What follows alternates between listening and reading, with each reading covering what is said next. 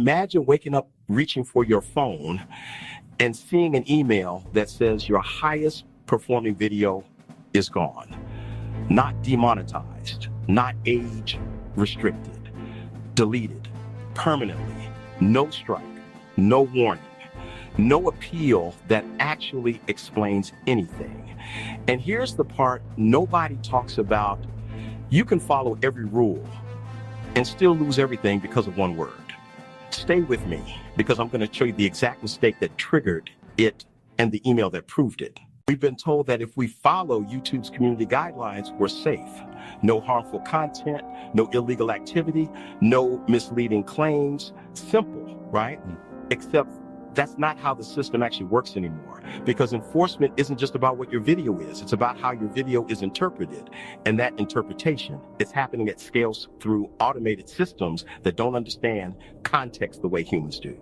So now the real risk isn't breaking the rules. It's accidentally triggering them. That's exactly what happened here. A creator uploads a simple tutorial, something millions of people search for every day, completely legitimate, no malicious intent. But the algorithm saw something else. It flagged the video under harmful and dangerous content, specifically tied to illegal activity. And just like that, it was gone. But the reason why it got flagged is where this gets dangerous. Here's the uncomfortable truth. Most creators think violations happen because someone did something obviously wrong.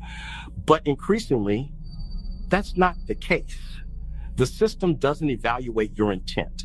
It evaluates signals, words, phrases, patterns. Even combinations of harmless terms can look suspicious when stripped of context.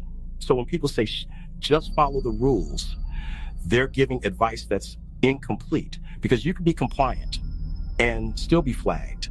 And honestly, I've seen this creeping in for a while now. Videos that teach explain or compare tools, especially anything related to access, security, or workarounds, are being scanned differently. Not because they're wrong, but because they sound like something else. And that brings us to the exact trigger that caused this deletion. So here's what actually happened. The video was a tutorial explaining an alternative way to access an account feature. Something similar to how major platforms offer multiple login options. Nothing illegal, nothing hidden, nothing deceptive. But the phrasing told a different story. Certain keywords combined in the title and description mirrored language often associated with bypassing systems or unauthorized access. And that's all it took. The algorithm didn't see a tutorial, it saw a pattern. And patterns don't get the benefit of the doubt. What's even more frustrating is that this kind of content exists everywhere on the platform, but enforcement isn't perfectly consistent. It's probabilistic, which means sometimes you're just the one that gets caught in the net. I've had moments where I rewrote a title 5 times, not because it sounded better, but because I knew one version might survive longer than the others. That's the game now. But here's where things shift from fear to control. Let's break this down like insiders do. YouTube system operates on layered detection. First layer, keyword, scanning second layer, contextual probability, third layer, risk categorization. If your content triggers enough signals across those layers, it doesn't matter if you're technically compliant. You become a risk, and platforms don't optimize for fairness.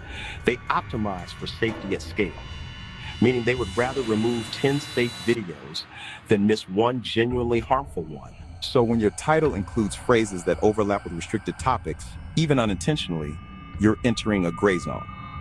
And gray zones are where automation makes aggressive decisions. That's the mechanism most creators never see. And once you understand it, you stop writing content for humans alone.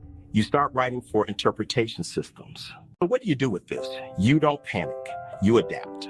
Because this isn't about avoiding topics. It's about controlling framing. The smartest creators are already shifting how they package information. Instead of saying exactly what something is, they describe what it does safely. Instead of triggering keywords, they guide curiosity. You're not removing clarity, you're removing risk signals. That's a huge difference. And here's the hidden advantage. When you learn to communicate without relying on obvious trigger words, your content actually becomes more intriguing, more clickable, more watchable, because curiosity beats bluntness. Now, let me give you a framework you can actually use. Here's a simple system I've been using and refining. Step 1, identify risk words before publishing. Scan your title like an algorithm would. Ask, does this phrase exist in a completely different, more dangerous context? If yes, rewrite. Step 2, replace direct triggers with neutral framing instead of naming the action explicitly. Frame the outcome or benefit. Same meaning, lower risk.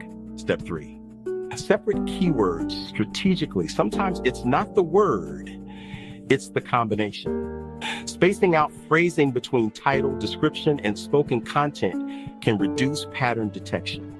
Step 4, preview interpretation. Read your title out of context.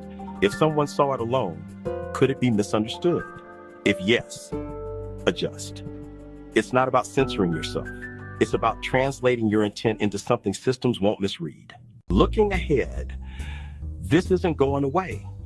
If anything, systems will become more sensitive, more predictive, more automated, so the creators who survive and grow won't just be rule followers. They'll be interpretation aware.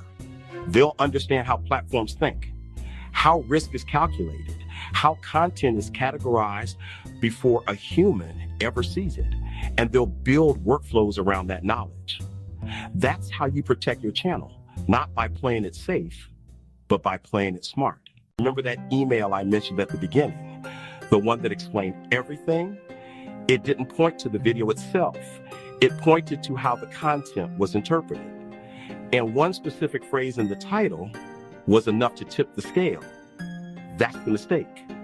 Not breaking the rules, but accidentally sounding like you did. If this helped you see the platform differently, subscribe, because every new subscriber helps us support and feed our veterans. And I want to ask you something. Have you ever had a video underperform or get flagged and you still don't know why? Drop it in the comments. I read more of them than you think, because sometimes the difference between growth and loss